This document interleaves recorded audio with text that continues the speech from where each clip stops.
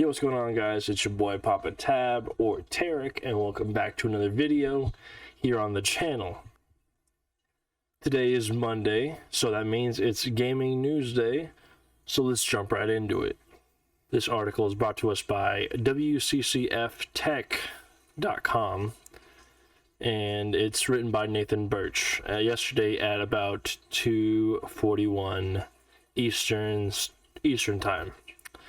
So let's go ahead and jump into it. Let's see what it says. Halo Infinite Season 2 finally launched earlier this month, setting off a new round of backlash against the game, as players objected to the removal of various high-level techniques and skill jumps, advantageous points on maps that only expert players can get to. 343 Industries quickly admitted that they made a mistake, and said that they would be reverting many of the changes, and it seems a newly detailed update will do just that. Said update will restore most skill jumps and the tank gun to the campaign, although some high-level speedrunning techniques are still out, as 343 claims that they would interfere with the game's upcoming co-op mode. You can check out the notes for the update below. So, as far as the weapon jamming goes, after hammering on this since the first community reports, we've been able to identify the root cause of the issue and will be reverting the recent change to help get this into players' hands quicker. We have integrated this into our upcoming update and are eager to get this released as quickly as possible. So if you guys don't know what weapon jamming is, I have a couple of videos. This is the gun jamming. So this one is brought to us by Cody Gray with 5 subscribers and 1,000 views. So gun jamming is essentially what it sounds like. It's when your gun doesn't fire properly, and you should always have your gun firing properly. So let's go ahead and take a look at this little other half of the clip here. You're gonna see it in this battle rifle. All dropped. So it like shot once, shot twice, and then it stopped for a second, and that was not supposed to happen, obviously. So hopefully that they're gonna hammer those out, is what they're saying. So hopefully they're gonna fix that. Map traversal. With overwhelmingly strong feedback from our players, it was clear that we made a mistake in removing a number of skill jumps from the game. As a result, we have brought back the following popular jumps: live fire, key door and house panel, bazaar, double doors both sides, Aquarius P side edges with adjustment, and the streets is the pizza. So I guess there's just some different skill jumps that I guess you can get up to. So I guess they're gonna bring some of those back. I don't have a video. I don't care to. It's fine. But just know that on these maps, live fire, bazaar, Aquarius, and streets, they're going to be bringing these skill jumps back. And next is the campaign speedrunning. Making its return to campaign with this upcoming update, the tank gun has found its way home above Outpost Tremonius. In regards to some of the other common strategies, many of them are far more complicated as they are closely intertwined with the work we've been doing in preparation for co-op, but we'll continue to explore our options. So the tank gun that they're talking about right here is a little glitch in the game, and it's used to really do some damage on enemies that you don't want to spend a lot of time with. Very useful for speedrunning. And let me show you guys a little video of it. This one is brought to us by General Kid, and he's just showing us in this like first minute clip, he's showing us how to find the switches to activate the tank gun. So yeah, skip through that right here. So we're gonna hit this last one. I'll let him speak on it. Let's go ahead and let him play. You're all good? So to get the weapon, well, before we pick it up, first, this cannon here will fire a few shots randomly. And then, if you look over here, you gotta put all those enemies down there to finish this part of the mission. But you don't have to do that anymore. Now, there's like an orbital strike that just comes out of nowhere and pretty much just destroys all the enemies there.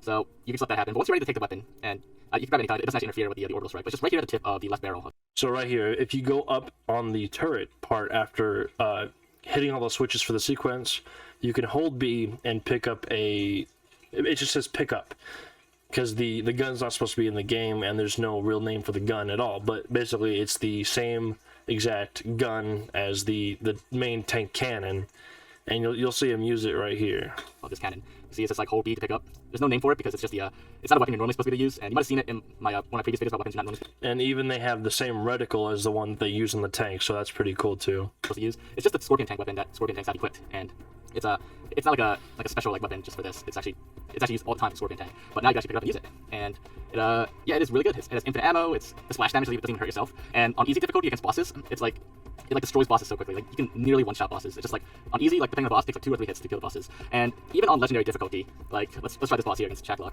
It does a lot of damage. He can eat a few more shots, even like direct hits, than he would on easy difficulty.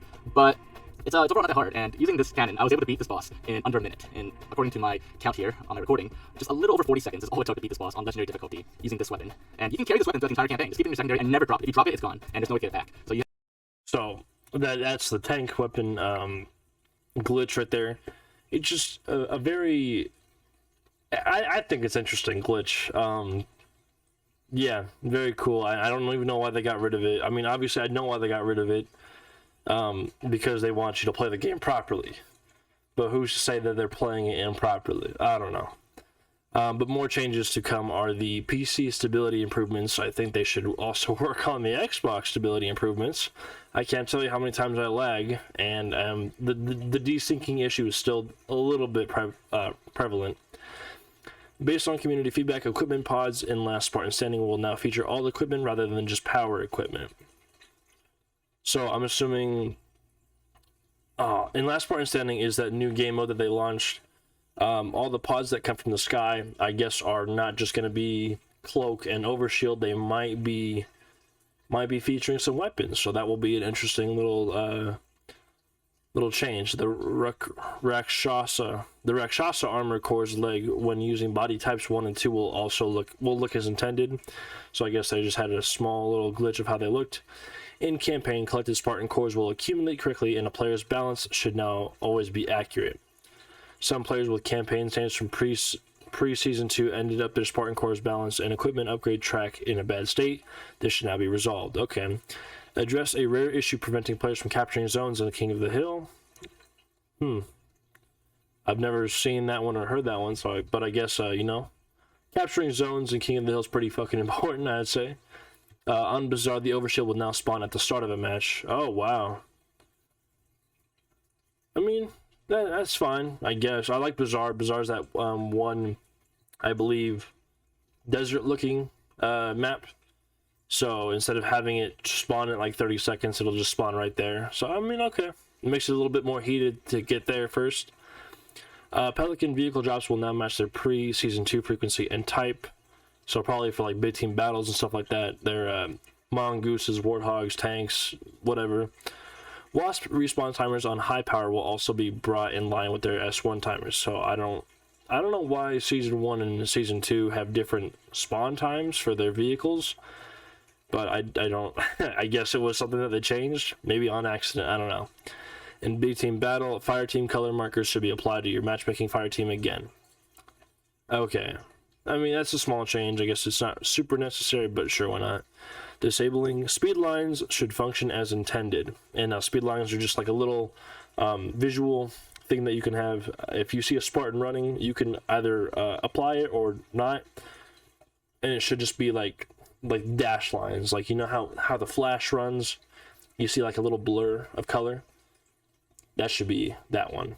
I guess, yeah, I have mine disabled personally, so I mean, I haven't seen it not function as intended, so that's good. Halo Infinite is now available on PC, Xbox One, and Xbox Series X and S. An exact release date hasn't been set, but yes, it has. Okay, cool. But yeah, those are a little bit of the updates that are coming pretty soon. Thank you, Nathan Birch, for creating this article. But yeah, let me know what you guys think of any of the updates, if you guys like them or don't like them. What are you guys' thoughts? I think it's a generally good set of updates right now. One thing that I can't wait for is, I hate that they did the color palettes, that they're selling them, and I guess having you unlock them, as opposed to you could just change your Spartan to whatever fucking color you want, like they have had in all the previous games. But whatever, it's fine. I can't wait for that update where we can hopefully choose our own colors or have a little bit more choice instead of just having bullshit ass colors, but whatever. Anyways, yeah, like I said, let me know what you guys think, and I think that will pretty much do it for today's video. So I hope you guys enjoyed that, and stay tuned for more news. And I will see you guys Wednesday for some current events. Thank you all. Good night. Peace.